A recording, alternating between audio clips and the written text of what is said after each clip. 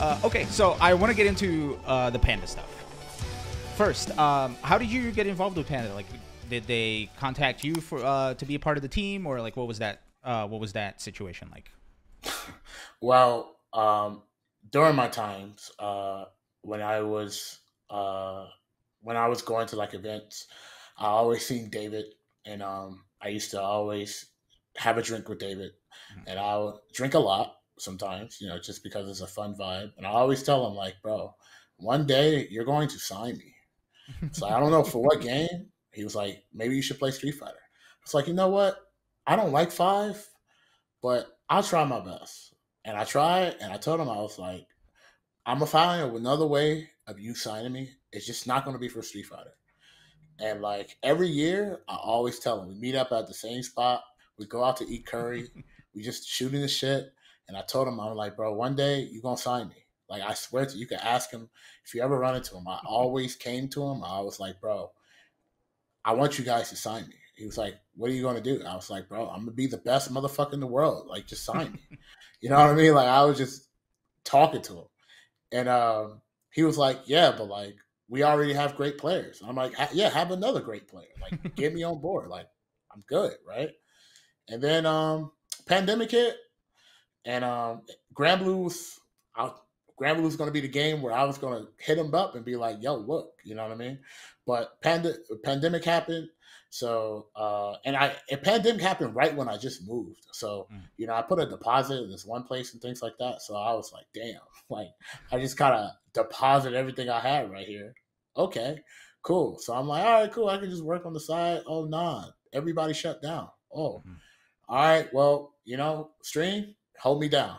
Everybody was at home too. So, everybody was cool. And I had my Habibi ass setup where, everybody could hear my fan and everything. It was really bad times, but we made it really good. So Yeah. and apparently one of the Panda members was in my chat, and somebody asked me a question, and I gave this person like a super long rundown and like broke down like how to get good in this situation, and I was sitting there like showing him examples, and then I was like talking about examples, and like that sold them to sign me.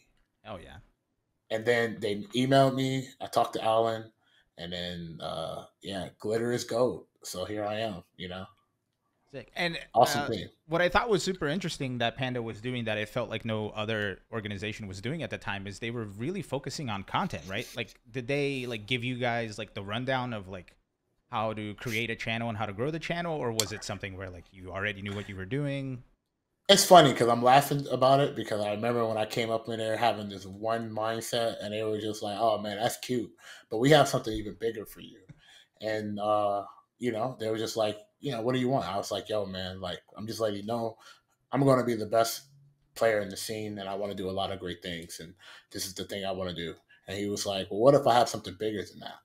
And I was like, "Well, what is it?" And it was like, "How about I push you as a content creator?" And I was like, what is that? Like, what is this, right? And he kind of broke it down to me, and he was like, what I'm gonna do is I'm just gonna teach you what your goal is and how you do things. And look, I'm gonna be honest with you, it's gonna be hard because you're jumping into this and you're just trying to find your footing. But I believe in you, and we're gonna invest into you, and we're going to make sure you come out good. And one of the things that they always said, and I use that as my philosophy for everything. They was like, we don't want you to make it big. We want you to make it because we want you to be bigger than, we want you to be above big. Mhm. So when I heard that, I was like, like I'm going to take these guys to consideration, and, we're going to work with what they have. And, they started me off really, really light. But I've earned my worth, and, I worked hard, and they only gave me bonuses and things that I really wanted. Mhm. So I am very grateful that they showed me this direction of me that I didn't even know I had, Mhm. and made it something very great. So it made me also enjoy it a lot. Nice. Was there like any particular lesson or lessons that you had to learn, or like going into this side of the world, like the content creation side of the world, like what was like the biggest challenge that you had to overcome in order to? There's a lot of jealousy in this field. There's a lot of hating ass people that I didn't even know existed, and I think the pandemic made it worse Mm-hmm. in a lot of ways because now people only see these things over and over and over again, and eventually, if you don't like something, you keep seeing something you don't like. Depending on how you carry yourself, you can't hold it in, so you have to lash it out. Mm-hmm. And a lot of people realize that people are very popular at being negative. So I feel like that was the biggest hurdle for me.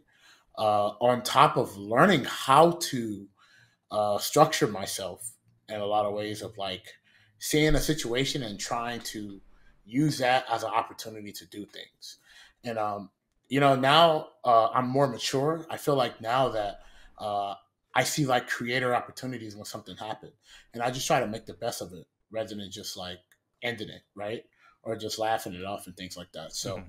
So I as hurtful as it is, like I feel like yeah, the biggest thing was just dealing with people just like all of a sudden just hating on things that was not even, to be honest with you, it wasn't really designed for them. It's designed for people who've never been here. Mm-hmm. And I'm glad that I'm glad that Panda did it because now there's a lot of people who are creators now. We Yeah. didn't have a lot until Panda arrived. When Panda showed up, it was there. Obviously, Sejam was doing it, very like thoroughly. Like you were doing it as well. They also had obviously Max was doing it too. Esteban was doing it as Mm-hmm. well. But it wasn't like a lot. It wasn't really like a keyhole, like a keyhole. Now we have like tutorial masters. Mm-hmm. We got people who have like all these like variations of things. So, you know, without Panda, like people wouldn't have stepped up and be like, "Oh, let me do something that I want people to see." And they kind of put that fire on people. So, at the end of the day, as much as people hate them, like they have to thank you because you did it because of them. So I'm very grateful in that regard. But it was very challenging, kind of like Mm-hmm. dealing with that because in my head, I wasn't trying to compete with anybody. In my head, I was just trying to have fun, produce, laugh, do some fun stuff. I was always open of like doing other things with people too. But for some weird reason, people just made that assumption that I wasn't, and people made assumptions that like I'm just trying to milk stuff and things like that. So like people just made all these narratives, and because the internet is always correct, kind of worked out for them. Mm-hmm. So that was a bit hard because I had a lot of people that I thought I was friends with, not my friends anymore. I don't even talk to them to this day. So it was a great lesson. So I'm Mm-hmm. very. At the end of the day, I was very. That was the hardest part, just learning, because you had to deal with all of that at home. So I had to like process all of that.